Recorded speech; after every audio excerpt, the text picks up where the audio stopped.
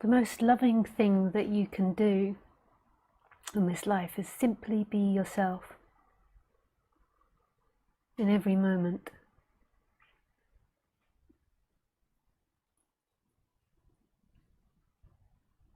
And then you've got to ask the question, who is this self to be?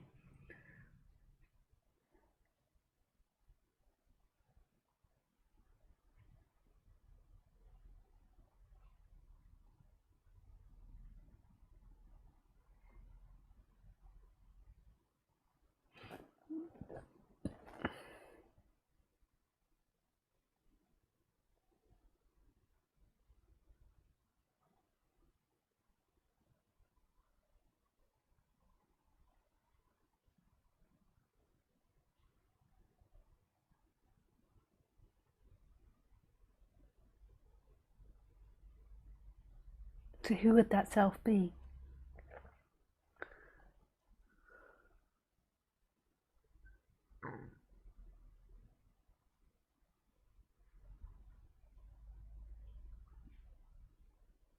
To be yourself is to know yourself as not a thing, that your essence is not a thing. Experiencing life through this human form, but who your essence is not a thing, which by default makes it everything.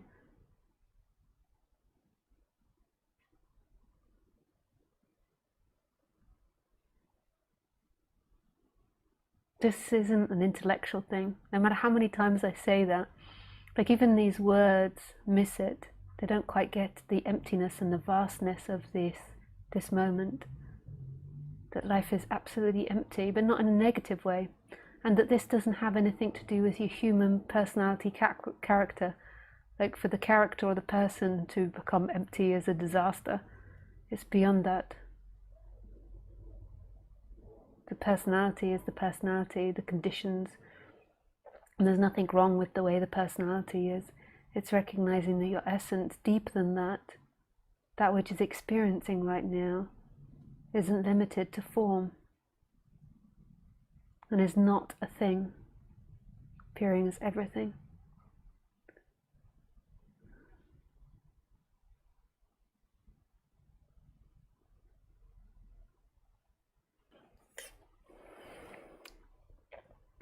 The reason that your experience feels limited is because there is this attachment to the character. So there's an attachment to believing that you're a character that was born on a certain date, that's going to die on a certain date, that likes things, doesn't like things, has things, owns things. And so there's this energetic attachment that makes it feel like that is who you are and that you're inside the body looking out from the eyes. Whereas actually that person is being experienced, it's not the experiencer. So this person that you imagine yourself to be, that is Eleanor, 56, sitting on the sofa, that's an imagination of who you are. That's not actually who you are right now. Right now, who you are, what's looking out, is a mystery, and it's not a form. You might think that it's the body, but that's a thought that comes and goes. This looking is actually infinite and everywhere, and all things. It's free. It's love.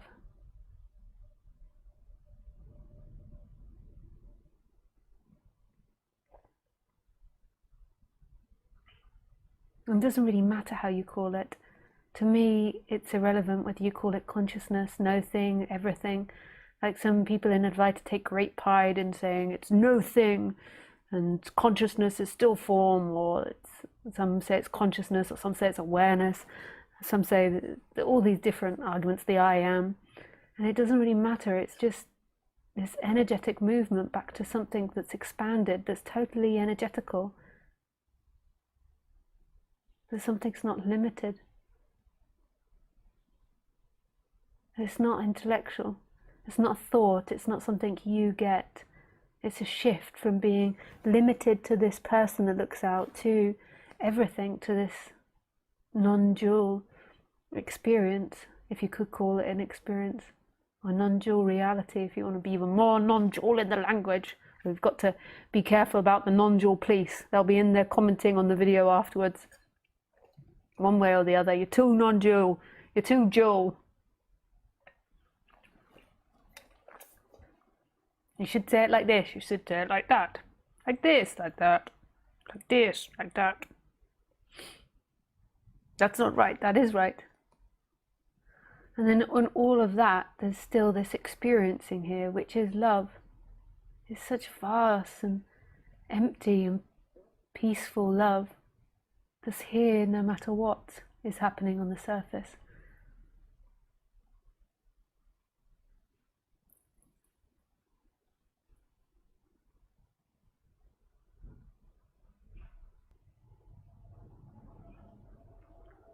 This isn't about you, the person, getting something. So it's not about you arriving at a place of this, because that's an imagination of you arriving. It's seeing that it's already here. It's just hiding because you're identified with the person, and when you're identified with the person, then you're always on this mission to collect as much pleasure points as you can and to avoid as many pain points as you can. It's like boop, boop, boop. And that's your mission. And it becomes like an obsession, like constantly trying to maintain pleasure. This is the way the body should be orientated. It's not that that's wrong. The body should always move towards pleasure and not pain. It would be a screwed up body if it was always moving towards pain. So that's not wrong. It's just when you believe that you find what you're looking for in that pleasure, which most people do, that when you manage to have more time off, when you manage to get enough money, when you manage to sell 100,000 books, you will have arrived.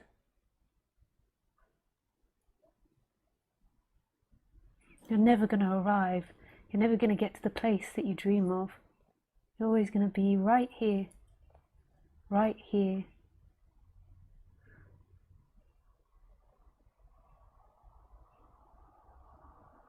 Right here. This is it, baby.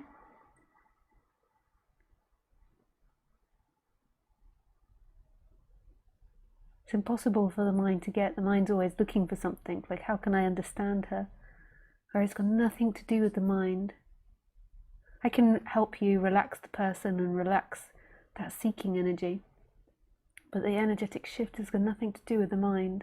It's nothing to do with you and your efforts. All of that is imagined you with your efforts, and there's back on of how hard you've tried. All of it's imagined. That you got into this subject, that you're going to arrive in this subject, that you're going to become enlightened, that you're going to become free, that you weren't free and then you become free. That's all imagined. There's nothing wrong with communicating things and expressing how you go into this subject, but just see right here, right now, your essence doesn't contain any of that or hold anything. The experiencer is none of that. The experiencer is free and beyond that.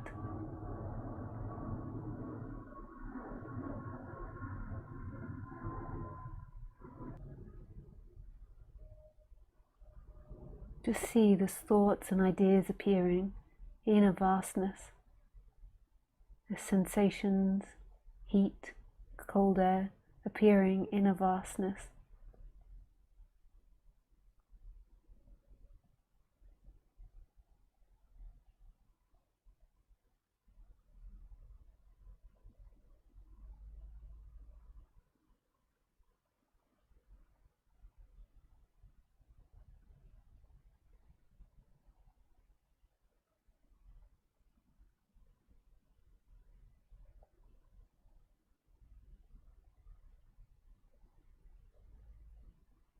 Nothing can contain that vastness. So you think that you end somewhere and the world begins somewhere. Whereas when you begin to sink into what you are, which is right here, then you see there isn't a beginning and an end to that. It can't be contained. It can't be grabbed hold of and put into a bucket.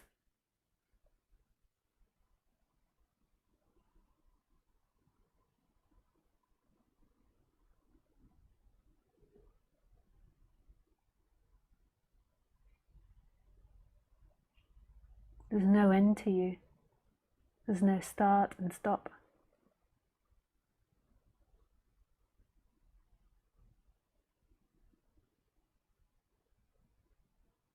This isn't for the personality. If we zoom back out to the personality, the one that can describe that it went to the shops today, or that it laid in the sun, or that it went for a swim, don't take any of that on for that person, because taking it on for that person will make the person more than likely screwed up. It can in points relax the person, but don't try and use non-duality as therapy. Like it's better to use therapy as therapy, to understand the person, to understand what it wants, understand what it's doing, rather than to sit there and be like, I am nobody, I am nobody, I am nobody. That's a disaster.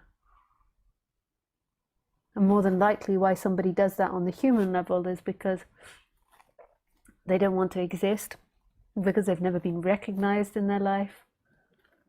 Maybe they came from like very narcissistic parents who never recognized their emotions, their feelings, their voice, and so sitting there and saying I'm nobody actually matches up with their psychology. So on that level it's not right. But that which is experiencing that person, that's the level I'm talking to. It's an energetic exchange. I'm not really talking to the person. You think I'm talking to the person, but I don't think I'm talking to the person. There's speaking happening in this vastness and this freedom about this beautiful subject.